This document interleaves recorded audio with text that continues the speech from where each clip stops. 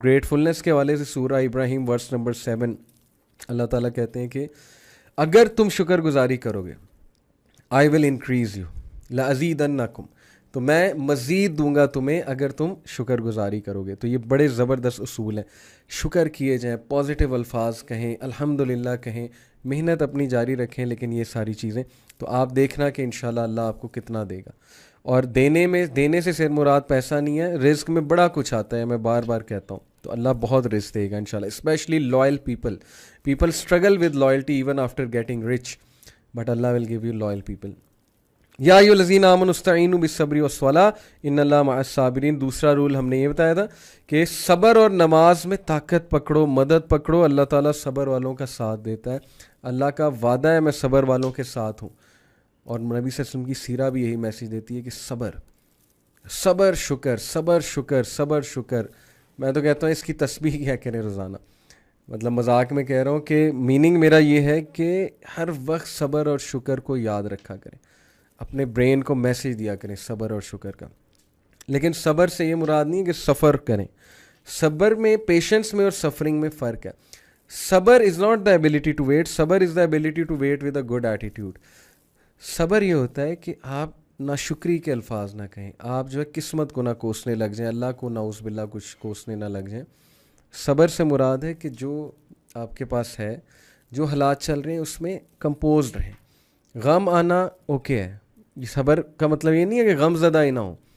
صبر کا مطلب ہے کہ شکایتی کلمات، اور اس میں اگر آپ نے کسی کی مثال لینی تو حضرت یعقوب علیہ السلام، ان کا صبر دیکھ لیں سورہ یوسف میں، تو آپ کو سمجھ آ جائے گی صبر سے مراد کیا ہوتا ہے.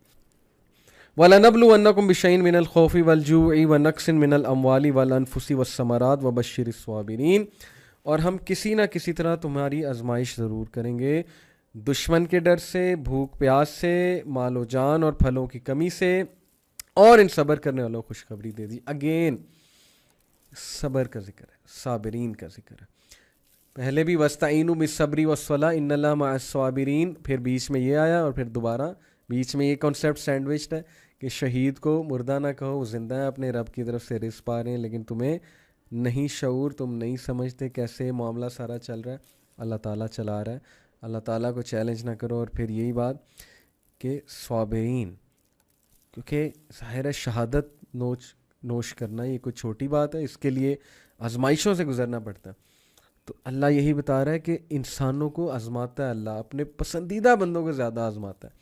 کس سے؟ دشمن کے ڈر سے. یس، دشمن کا ڈر.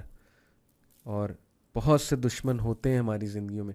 اس کے اوپر ایک دعا ہے دشمن کے شر سے پناہ مانگنے کی دعا.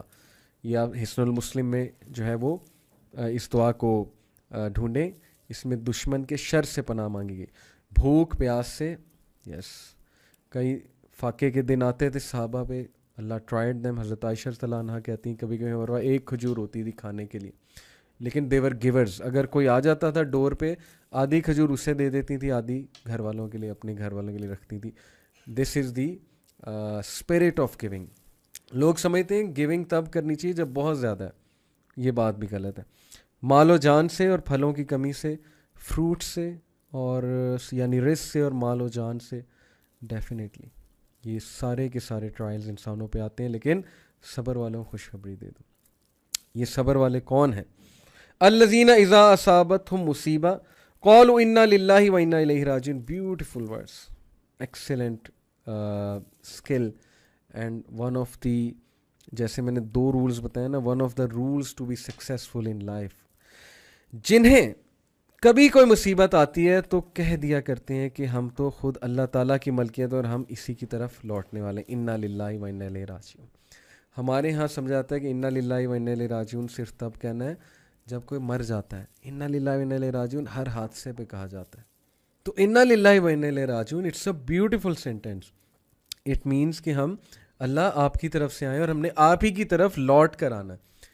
یہ عقیدہ درست کرتا ہے بات ہماری. مصیبت میں کیا یاد کراتا ہے ہمیں کہ ٹھیک ہے مصیبت آ گئی، لیکن ہم اللہ کی ملکیت ہیں، وہ جیسے ہمیں ٹیسٹ کرے ہم خوش ہیں، ہم راضی ہیں. ہم نے جب جانا ہی اس کے پاس ہے تو what matters in our life most is اللہ. اللہ کا پلیشر، اللہ کی خوشنودی، اللہ تعالیٰ کو پا لینا، یہ سب سے زیادہ میٹر کرتا ہے. مثال کے طور پہ ایک صحابی آئے اور صحابیہ جو تھی ان کی وائف, انہوں نے ان کو بیٹے کی ڈیتھ کی خبر سنانی تھی, تو بڑے طریقے سے سنائی. جہاد کے موقع سے واپس آئے, شی سیڈ کہ اگر اللہ نے آپ کو کوئی گفٹ دیا ہے اور اللہ اسے واپس لے لے تو آپ کیا کہیں گے؟ تو وہ کہتے اللہ کی مرضی. تو دین شی سیڈ کہ ہمارا بیٹا فوت ہو گیا, اور ہی سیڈ انا للہ و انا الیہ راجعون.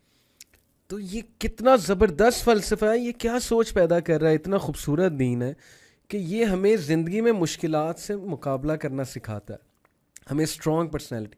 پیپل کانٹ سفر لاس, لوگوں کے کوئی فوتگی ہو جاتی ہے, آئی انڈرسٹینڈ, بہت دکھ ہوتا ہے, بڑا شوق لگتا ہے, لیکن people don't recover from losses because they think کہ the purpose of life is to feel good, feel happy always, and the purpose of life is to do as much as we can.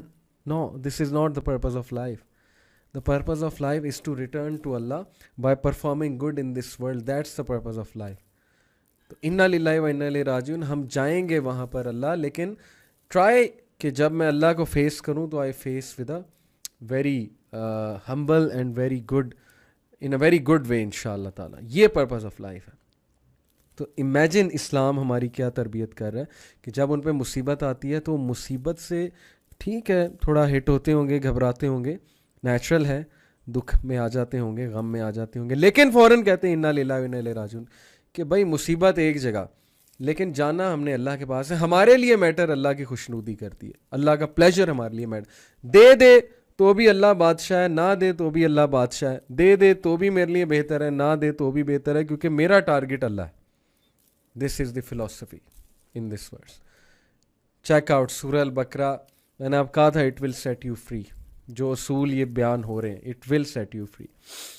اولئک علیہم صلوات من ربہم ورحمہ واولئک هم المہتدون. ان پر ان کے رب کی نوازشیں اور رحمتیں ہیں, اور یہی لوگ ہدایت یافتہ ہیں. سبحان اللہ. اللہ اور اس کے فرشتے ان پر سلام بھیجتے ہیں, صلوات, رب کی طرف سے سلامتی ہے ان پر, ورحمہ, اور رحمت ہے ان پر. وَأُولَئِكَ هُمُ الْمُهْتَدُونَ, اور یہی لوگ ہیں فالو کرنے کے قابل. Follow them, don't follow those people جن کو اللہ نے اپنے ذکر سے ہی جو ہے وہ پھیر دیا ہے, جن کا مقصد دنیا کی زندگی بن چکا ہے. don't follow those people, they are foolish people.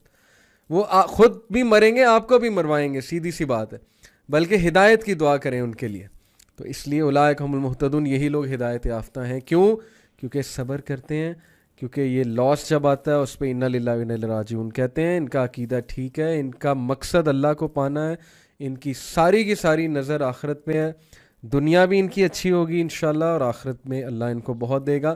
So that is the basically philosophy in these آیاز. بہت خوبصورت پیسیج ہے.